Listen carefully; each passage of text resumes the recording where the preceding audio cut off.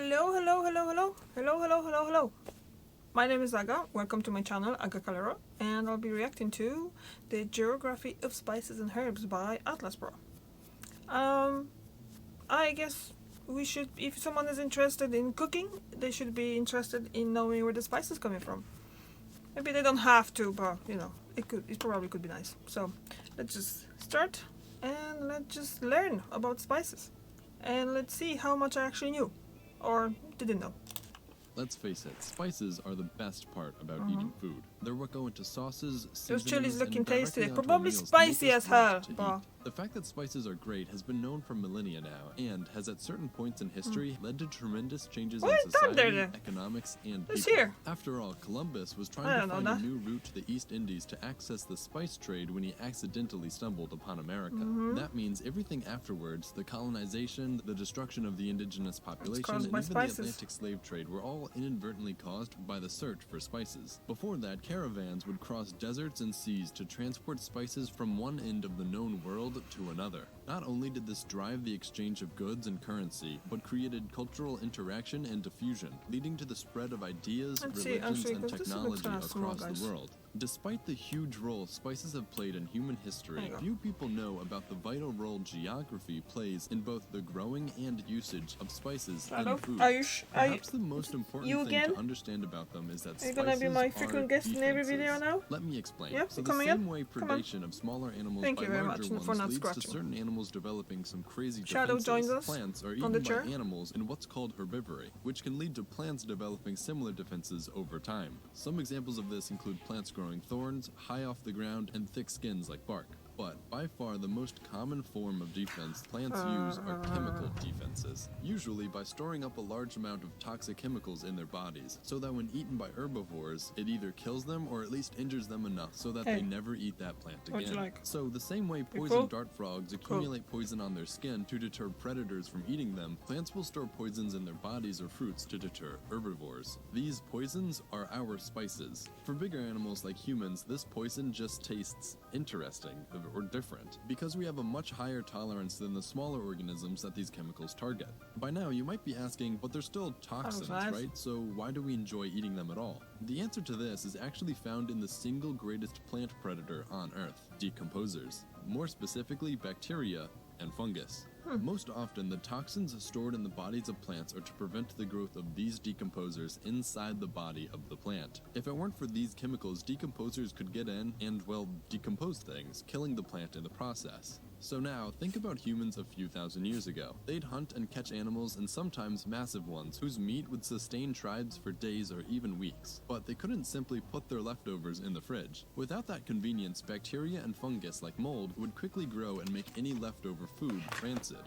If only there was a chemical designed to kill bacteria and fungus that was so abundant you could metaphorically say it grows on trees. Oh wait, here's this weird red thing that kind of makes my tongue tingle when I eat it, but it does exactly that. So yeah, spices were used to kill any bacteria and such growing on our food in order to prolong the window in which it could be eaten. They'd also help mask any bad flavor the meat had acquired due to rot. This made spices extremely valuable. If you wanted to survive, you had to be able to stomach these toxins. Therefore, whoever was more resilient to the toxins we called spices were more capable of surviving in times of scarce food options. Basically, whoever could handle spicier foods could eat the safest food. In this way, evolution selected towards us not only being spice tolerant, but actually for us to enjoy the flavors of spice, because it meant we were eating safe food. But the use of spice didn't happen evenly across all human populations. If you think about it, we put food in refrigerators to make them colder so that they last longer. This has to do with the metabolism rates of bacteria and such, as metabolisms occur at faster rates in warmer temperatures, meaning bacteria can eat and reproduce faster and cause even more damage. Therefore, putting food in a warm environment will shorten the amount of time that it's safe to eat. What this results in is food rotting faster in areas that experience warmer climates, like the tropics. To combat this, a greater quantity and diversity of spices are typically used in tropical and subtropical places to counteract the higher rates of bacterial growth. In colder places like the temperate regions, the opposite is true. Sometimes the temperature here can fall below freezing, and food will stay good if you just leave it outside, meaning there's less of a need to season it with spices. It also just so happens that it gets cold right around the same time food gets sparse, and preservation becomes a necessity. Think, in the summer, food is usually plentiful, and therefore there's no real need to preserve food because you can always find more. But in the winter, animals take refuge and all the plants lose their foliage and fruits, so the food people can find has to last longer. What I'm getting at is the only time food needs to be preserved in the temperate areas, the environment does it for us. But in the tropical regions, the dry season will come to make food scarce, but high temperatures persist, making spicing food necessary. This explains why cuisine in, let's say, Britain is disgusting, but food in, let's say, India is amazing. This is also why so many Europeans valued spices so much and sailed everywhere in the world looking for trade routes to access these spices. On the biological side of this, because bacteria and fungi grow faster in warmer conditions, plants around the equator are more likely to store up chemical defenses to dissuade them as well. So not only did people who lived in the tropics have a greater need for spices, they also had a greater and more diverse arsenal of spices to choose from. This has led certain areas on the globe to develop abundant natural spices. Because of this, instead of doing what I did with fruits and go through each fruit individually, I decided this time to go through the hotspots and then catch any spices that don't belong to a certain hotspot at the end. The first important concentration is to be found in India and the rest of Southeast Asia. This area stretches from the subtropical into the tropical and once hosted the largest and oldest rainforest on the planet. Southern India is where basil, turmeric, and black pepper, the most common pepper we use today, comes from. Curry also originated here, but that's actually a combination of several different spices, not just one plant. Further south, it's thought that cinnamon first began in Sri Lanka. To the east, we have where ginger and the licorice plant got their start. And yeah, before you ask, it's the root of the licorice plant that we used to flavor licorice candy. Lastly, for this region, we maybe have the most common spice currently being used in the world: sugar. A lot of people might disagree with this, but if you think about it, it's just another plant-derived substance we use to flavor our food, which is exactly what every other spice is too. Whether or not you consider it a spice though, sugarcane, the plant responsible for 80% of our sugar production, is thought to have come from this region as well. Nearby are what's called the Maluku or Molucas Islands in Indonesia. However, they used to have a much simpler name, the Spice Islands. From these few small islands, cloves, mace, and nutmeg originated. It was these islands in particular that drove the Portuguese and later the Dutch into the East Indies, and it was a trade route to these islands that Columbus was looking for when he set sail in 1492. Then, on the other side of the world, Mexico was also a hub of maybe a lot of people's favorites. It was here that both paprika and vanilla originated. What's strange is that traces of vanillin, the compound that gives vanilla its flavor, has been found in old world tombs dating back thousands of years. Archaeologists found this substance coating the jugs within an untouched Bronze Age tomb in Megiddo, Israel. This indicates there might have been some exchange between the Americas and the old world almost 4,000 years ago. Also, they were using vanilla to flavor their olive oil, which, I don't know, just doesn't sound good. If that isn't enough though, it was also here that the cacao tree, what we use to make chocolate, was also first domesticated, most likely by the Olmec or Mokaya people, though the plant itself likely originated further south in the Amazon region. This plant was so prized that its beans were used as currency throughout several different Mesoamerican cultures. What's funny is that initially this plant wasn't desired for its beans, which is the part we now use to make chocolate, but instead it was the sweet pulp of the plant that was highly valued because it would be fermented and used to make alcohol. Iran is actually where a lot of spices are grown today, as its hot and arid climate replicate those found in places like the Mediterranean and Mexico very well. As for what spices originated here, both cilantro/coriander, yeah, they're the same thing, and cumin came from this area. But I saved the most important herb and spice That's interesting, isn't it? Because the Mediterranean region. To start, the most common type of bay leaf comes from this region, though different types can be found across the world. Chamomile also came from this region. Mostly used for tea now, it got its name in English via French, via Latin, via the Greek word chamamelon, meaning earth apple. Fennel plants aren't too popular, but they're one of the main ingredients in making absinthe.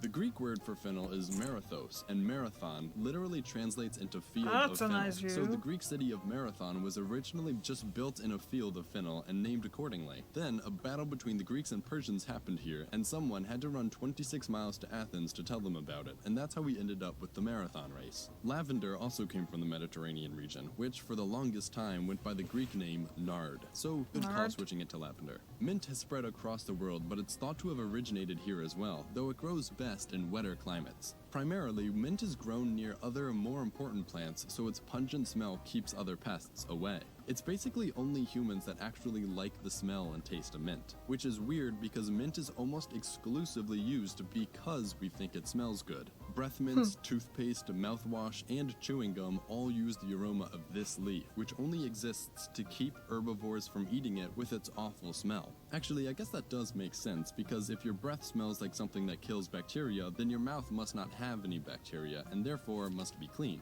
Anyway, mustard plants also got their start in this region. While many might be thinking of the condiment mustard, which is made from the seeds of mustard plants, mustard as a family includes the genus Brassica, which also includes turnips, cabbage, collard greens, kale, cauliflower, broccoli, Brussels sprouts, and canola plants. Yeah, mustards are more important than people realize. Oregano, on the other hand, is known to have originated specifically Canola in Greece, plants? and its name comes from the Greek words oros, Huh. meaning mountain, and ganos, meaning joy, to make joy Interesting. of the mountains, which is where I know wild that under a different oregano name. first grew.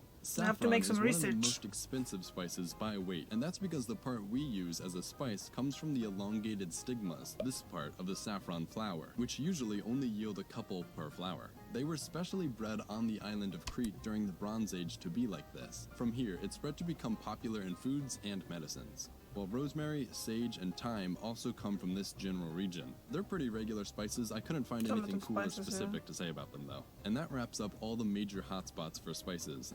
Next, we have the spices that appeared all on their own. Allspice, which has been described as sort of tasting like cinnamon, nutmeg, and cloves all together, is also known by another name, Jamaican pimenta. So yeah, no surprise, allspice got its start on the island of Jamaica in the Caribbean. Cayenne peppers are the classic red pepper most people probably think about when thinking of spicy peppers. These actually come from the French Guiana in South America, specifically from the Cayenne region. Funny how that worked out. The name Cayenne originally comes from the native Tupi word Iña, which also just means pepper, so Cayenne pepper literally Isn't translates pepper pepper? into pepper pepper. Garlic, in my opinion, is just the best, and comes from Central Asia, where Kazakhstan, Kyrgyzstan, and the Chinese Tianshan Mountains meet. Then we have jasmine, which is actually a genus containing over 200 individual species. Being so numerous, it's hard to That's track a lot. just exactly where they started, but it's thought that southern China is where they came from.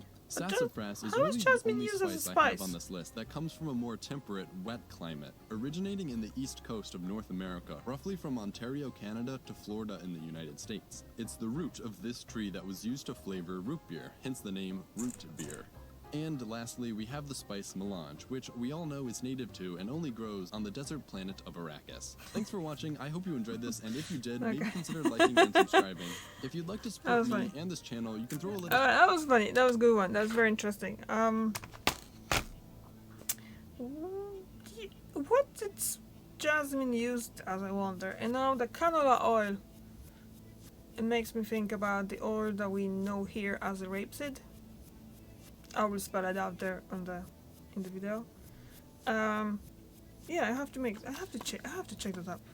1 second, guys. I just have to check it. If canola oil and rapeseed oil is exactly the same thing.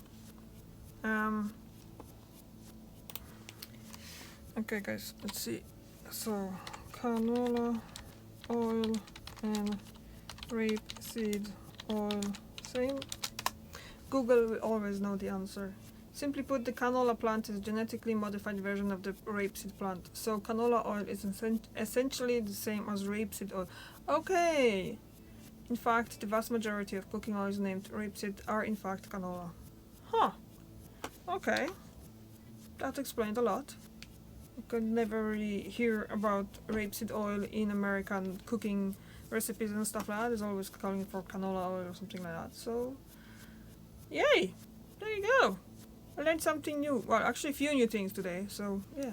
Okay, what did you think about that video? That was very interesting in my opinion. I learned quite a lot. And thank you very much for watching. I'll see you tomorrow. Bye!